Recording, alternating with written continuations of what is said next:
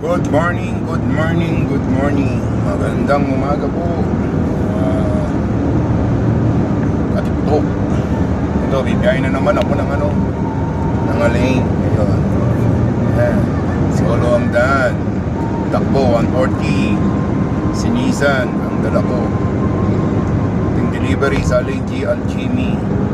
At saka sa Manasip.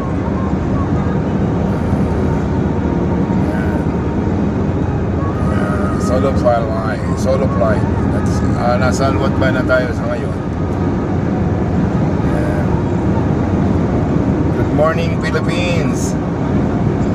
Ito, kabiyahe ng Dubai, Alain, Abu Dhabi, Sharjah, Fujairah, Ras Al Khaimah, Umm Al Quwain. Dami, no? 7 Emirates. Pero okay lang naman ang trabaho dito. Buti sa wala. Tsaga. Maraming salamat sa inyo. Sana suportahan nyo itong konting video ko at napapasyal ko kayo sa buong UAE. Maraming salamat sa inyong lahat. Ingat po lagi sa biyahe. Nandito na pala ako sa ngayon. Ano ba? Yung unang petrol station ng ADNOC ng papuntang Alain. Ayan yung ADNOC. Yan ang ADNOC na sa 500 meters ahead.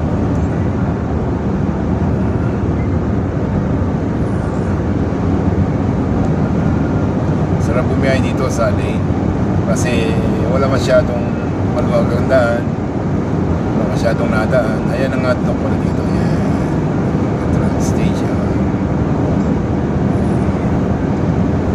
At ang limit lang dito ay 160 ang takbo mo.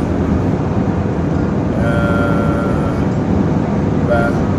Sarap bumiyahe. Dala ko si Nissan.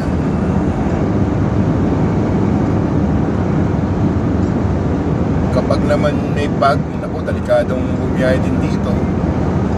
Halos di mo makita ang mga daan dito. Yun lang. Nagbiyahe ako ng madaling araw nung last alas di ko nga makita ang daan. Kapa ako sa linya ko. Dahil ban ang dala ko, hindi ako pwede mag second lane ng magtagal, kaya lagi akong first lane. Ganyan dito. And 160 ang takbo dito. Ang mga truck is 60.